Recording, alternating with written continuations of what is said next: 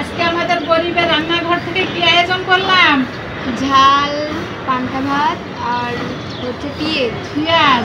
তা তোমরা কি খুশি? অনেক খুশি আন্টি আমরা। আর তুমি খুশি? বেশি খুশি। তুমি বেশি খুশি। তোমরা চাইছিলে না ঝাল ঝাল পান্তা ভাত খাবা? গরিবের রান্নাঘর থেকে আজকে আয়োজন করা হয়েছে ঝাল ঝাল পান্তা ভাত।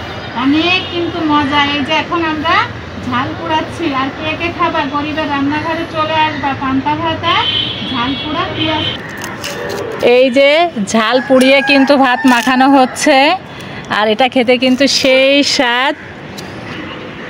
প্রিয়া, এখন কি দিচ্ছ? এখন পেঁয়াজ দেব। তা দাও, সেই লেভেলের মজা হয়। আমি একটু লবণ দিয়ে দিই। এই যে আমাদের পান্তা ভাত এখন কিন্তু মাখানো কমপ্লিট। কেমন হয়েছে?